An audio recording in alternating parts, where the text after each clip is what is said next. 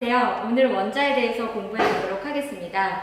원자에 대해서 우리가 공부를 하기 전에 먼저 두 친구들의 이야기를 들어보고 그 다음에 공부해 보도록 하겠습니다. 자, 두 친구 나와주세요.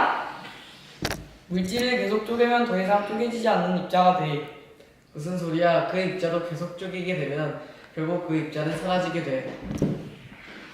자, 여러분, 우리 처음에 말한 현태 친구가 말한 것처럼 물질은 쪼개고 쪼개다 보면 더 이상 쪼개지지 않는 입자가 될까요? 아니면 우리 정욱이 친구가 말한 것처럼 그 입자조차도 쪼개져서 나중에는 사라지게 될까요? 둘 중에 누가 맞는 것일까요? 만약에 입자가 된다는 말이 맞다면 입자 두 개의 서로 다른 물질을 섞었을 때 입자와 입자 사이에는 빈 공간이 생기기 때문에 입자가 작은 것이 입자가 큰 것 사이에 끼어들어가서 두 개의 물질이 섞이게 되면 부피가 줄어들게 될 것이고, 만약에 정욱이 친구가 말한 것처럼 입자가 사라져서 가루가 됐다가 아예 사라지게 된다면 물질은 꽉 차 있는 거고, 그 꽉 찬 것이 서로 다른 두 개가 섞여지게 된다면 부피는 줄어들지 않고 두 개를 섞었을 때 두 개의 부피가 합쳐진 값이 될 것입니다. 선생님이 설명이 잘 됐나요? 예, 그러면은 입자로 되어 있는지 아니면 정말 사라지게 되는 꽉 찬 공간으로 되어 있는지를 우리가 실험을 통해 확인해 보도록 하겠는데요. 준비한 물질이 있습니다. 물과 에탄올을 섞어 볼 것입니다. 자, 우리 서건이 친구가 준비를 하고 있거든요. 자, 한번 보겠습니다. 자, 서건이 친구 이쪽으로 와주시고요. 지금 선생님이 증류수 10ml, 여러분 눈에도 잘 보이십니까? 네, 10ml. 그 다음에 에탄올 10ml. 이렇게 원소의 종류가 다른 두 물질을 준비했습니다. 만약에 두 개가 입자로 되어 있으면 두 개를 섞었을 때 크기가 다른 두 물질이 입자 사이사이에 끼어 들어가기 때문에 두 개의 부피는 20보다 작아질 것이고요. 만약에 두 개가 입자가 아니라 정말 더 작아지다가 사라져버리는 그런 빈 공간이 없는 꽉 찬 것들로 이루어져 있다면 두 개를 섞었을 때 끼어 들어가지 못하고 차곡차곡 쌓이게 되니까 10 더하기 10, 20의 부피가 될 것입니다. 자, 그럼 지금부터 우리 서건이 학생이 두 개를 합쳤을 때 부피가 어떻게 되는지 눈으로 한번 확인해 보겠습니다. 자, 여기 있는 물을 에탄올에 한 방울도 남김없이 부어주세요. 자, 마지막 한 방울까지 탈탈 털어서, 네, 한 방울, 마지막 한 방울, 네, 좋습니다. 자, 그럼 우리 잘 보셔야 되는데, 여러분 눈에 지금 이게 잘 잡히나요? 네, 요거 한번 치워볼게요. 예, 눈금 실린더를 읽는 요령은 이 물질이 담긴 위치에 눈을 수평으로 두고 눈금을 읽어주시면 되는데요. 여러분 지금 어느 정도로 읽히나요? 서건이 학생 어느 정도로 읽히세요? 20으로 읽힙니다. 20으로 읽히세요? 지금 여러분이 약간 가장자리에 올라온 그 부분을 읽는 게 아니라 아래쪽에 수평하게 물질이 이렇게 놓여진 부분을 읽어줘야 돼요. 어느 부분을 읽어줘야 되냐면 바로 이 부분을 읽어줘야 됩니다. 그러면 여러분 지금 어느 정도가 나오냐면 18보다는 조금 넘고요. 19는 좀 안 되는 한 18 정도, 18mm 정도입니다. 자, 다시 선생님 칠판 쪽으로 와서요.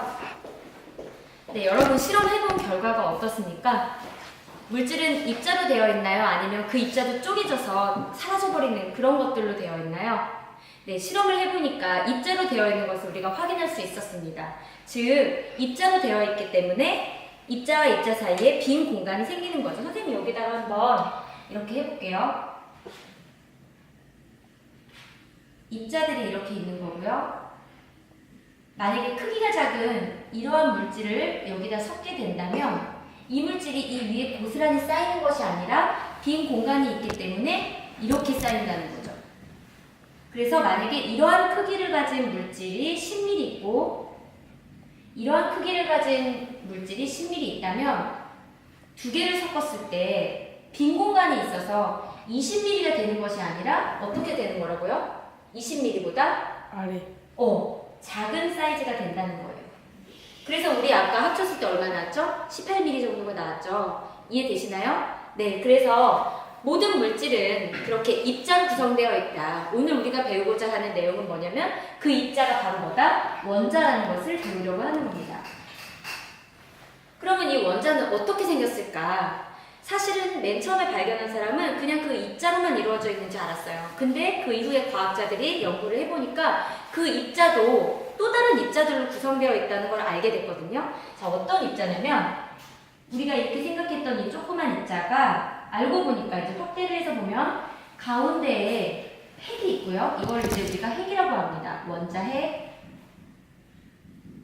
그리고 이 원자핵 주변을 돌고 있는 전자로 이루어져 있다는 거예요. 얘를 이제 전자라고 합니다. 그런데 원자핵과 전자는 전기를 띠고 있대요. 원자핵은 플러스라는 전기를 띠고 있고요. 전자는 마이너스라는 전자를 띠고 있대요.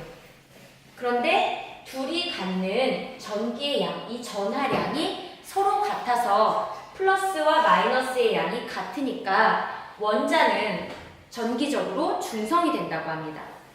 그러면 예를 들어서 플러스 원자핵이 플러스 전하량이 3인 어떤 물질이 있다고 해봅시다. 그러면 전자는 얼마를 가져야 중성이 될까요? 여러분 대답해보세요. 얼마를 가져야 중성이 될까요? 예, 지금 대답이 없으니 여러분 잘 이해를 못했나봐요. 원자핵이 플러스 3이에요. 그런데 원자는 전기적으로 중성이 되어야 됩니다. 그러면 전자는 몇 개 있어야 전기적으로 중성이 될까요? 3개, 그렇죠. 3개가 있어야 됩니다. 근데 원자의 종류마다 이 개수가 다르다는 거예요. 지금 플러스 3인 거는 리튬입니다. 리튬. 그러니까 지금 전자를 선생님이 여기다 이렇게 썼는데요. 리튬은 전자가 이런 게 3개가 있는 거예요. 하나, 둘, 셋. 그래서 이게 하나의 원자라고 한다면 이 원자 핵 주변을 전자 3개가 돌아다니고 있고 각각의 전자는 마이너스 1, 마이너스 1, 마이너스 1 해서 원자 핵의 플러스 3에 대해서 마이너스가 3개 있으니까 전기적으로 중성이 되는 겁니다. 이해되시나요? 네. 그러면 여러분 수소 들어봤죠? 수소. 수소는 어떻게 생겼냐면 원자핵의 전하량이 플러스 1이에요. 그러면 전기적으로 중성이 되려면 수소의 전자는 몇 개 있을까요? 1개. 1개가 돼서 플러스 1, 마이너스 1 전기적으로 중성이 됩니다. 헬륨은 원자핵의 전하량이 플러스 2예요. 그러면 헬륨이 가진 전자의 개수는 몇 개일까요? 2개예요. 네, 이렇게 해서 원자는 전기적으로 중성이 되는 것이고 원자를 구성하는 입자는 원자의 전자. 그렇죠. 원자핵과 전자로 이루어져 있고 원자핵과 전자는 전기적으로 반대를 띠고 있다. 원자핵은 플러스. 플러스, 전자는 마이너스. 마이너스입니다. 그리고 한 가지만 더 말하자면 원자의 대부분의 질량을 차지하고 있는 것은 바로 원자핵입니다. 제일 크고요. 그리고 나머지는 전자인데 전자는 거의 질량이 없어요. 매우 작고 질량이 거의 없어서 원자의 질량의 대부분을 차지하는 것은 원자핵입니다. 그리고 우리 교과서에 나와 있는 문제이긴 하는데 우리 원자의 크기를 만약에 야구장의 크기라고 한다면 원자핵의 사이즈는 야구장에 있는 한 마리의 개미, 눈에 보이지도 않는 그만큼의 개미고 전자는 그거보다도 훨씬 작은 사이즈라고 합니다. 그러면 여러분 하나의 원자 안에 빈 공간은 얼마나 많을까요? 그 빈 공간을 전자들이 막 돌아다니고 있는 겁니다. 그런데 확 떨어져 나가지는 못해요. 왜 못 떨어져 나갈까? 왜 못 떨어져 나갈까요? 갇혀 있으니까. 왜 갇혀 있게 될까요? 원자 안에 우리 전기적인 힘 배웠죠? 뭐하고 뭐는 서로 끌어당기는 힘이 있죠? 플러스, N과 S가 서로 끌어당기는 것처럼 플러스와 마이너스 서로 끌어당기죠? 여기 보시면 얘는 플러스, 얘는 마이너스를 띠기 때문에 바깥으로 떨어져 나가지 않고 계속 이 주변을 돌아다니고 있는 것입니다. 자, 여러분 긴 시간이 지난 것 같은데 오늘 뭐에 대해서 배웠죠? 원자. 원자는 물질을 구성하는 가장 작은 입자입니다. 자, 다음 시간에는 분자에 대해서 공부해 보도록 하겠습니다. 모두 고생 많으셨습니다.